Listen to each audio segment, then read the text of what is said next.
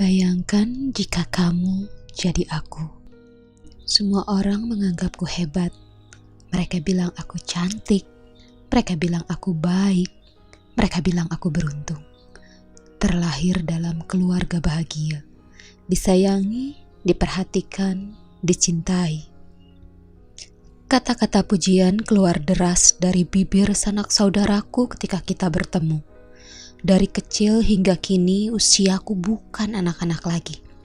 Mereka memperlakukanku seperti seorang putri, padahal orang tuaku bukan raja dan ratu, hanya manusia biasa, dengan segala kesibukan mencari dunia dan menghidupi anak-anaknya. Aku tidak merasa aku istimewa. Aku tidak merasa aku sempurna. Di sekolah, aku bukan yang terhebat.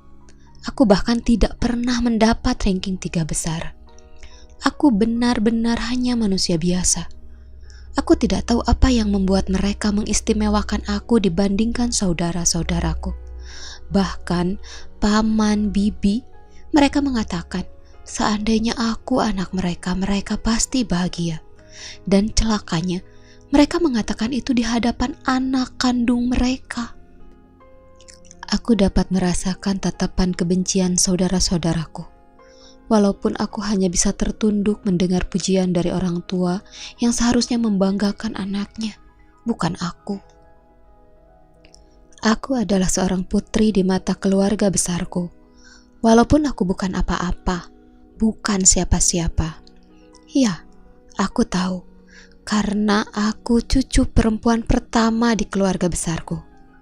Hanya itu. Walaupun itu untukku hanya alasan yang tidak masuk akal, tidak cukup untuk menghiburku dan melapangkan dadaku untuk menerima kebencian dari sepupu-sepupuku. Aku tidak menyalahkan sepupu-sepupuku, bagaimana mereka bersikap padaku, bagaimana mereka menjaga jarak denganku, bagaimana mereka menjauh dariku, ketika semua keluarga harus berkumpul di rumah kakekku. Aku tidak bisa keluar dari tradisi keluarga yang harus selalu bertemu, harus selalu berkumpul. Aku juga tidak bisa menghindarinya, karena aku dan orang tuaku tinggal di lingkungan rumah kakek yang menjadi tempat bertemu seluruh keluarga besarku. Keluarga besarku sangat besar. Kakek dan nenek menikah di usia mudanya, memiliki 9 orang anak yang juga berkeluarga di usia muda. Aku punya 3 orang bibi dan 5 orang paman. 2 kakak laki-laki, 2 adik laki-laki, 17 sepupu. Aku bahkan tidak bisa mengingat nama mereka dengan lengkap. Aku ingin segera dewasa, mandiri, dan bisa pergi mengejar hidupku sendiri. Tapi ini belum saatnya. Aku masih sekolah. Aku masih bergantung pada suapan ayah dan ibuku.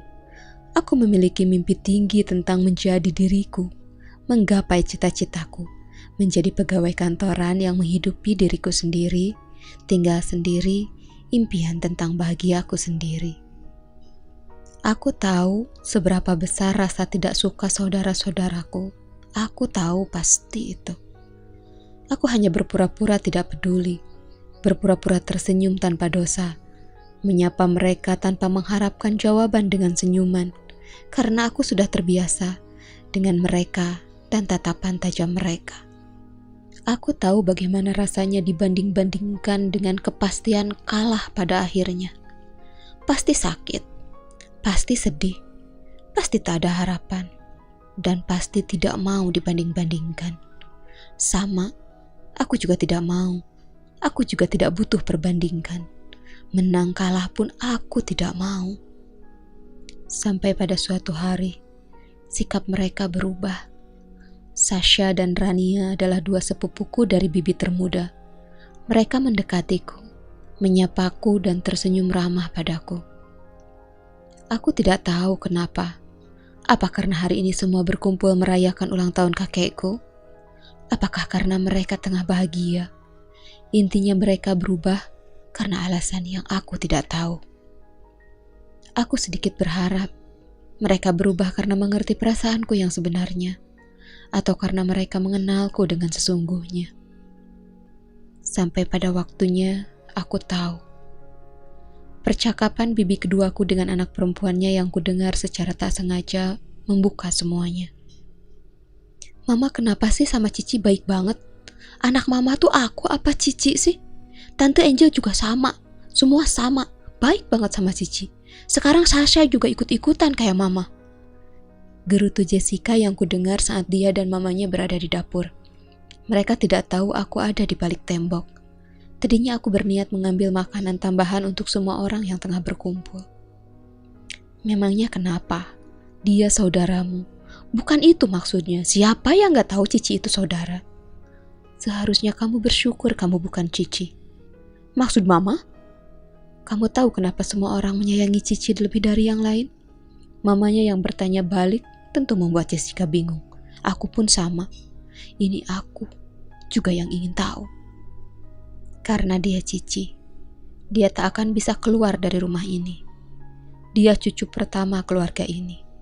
Dia sudah ditentukan sebagai nyonya rumah ini.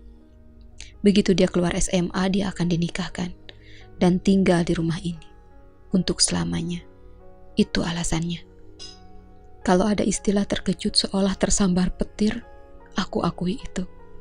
Seketika kakiku lemas, terduduk tanpa bersuara, bersandar tanpa pijakan, termenung tanpa tenaga, bahkan untuk sekedar mengedipkan mataku yang berair tanpa kuinginkan.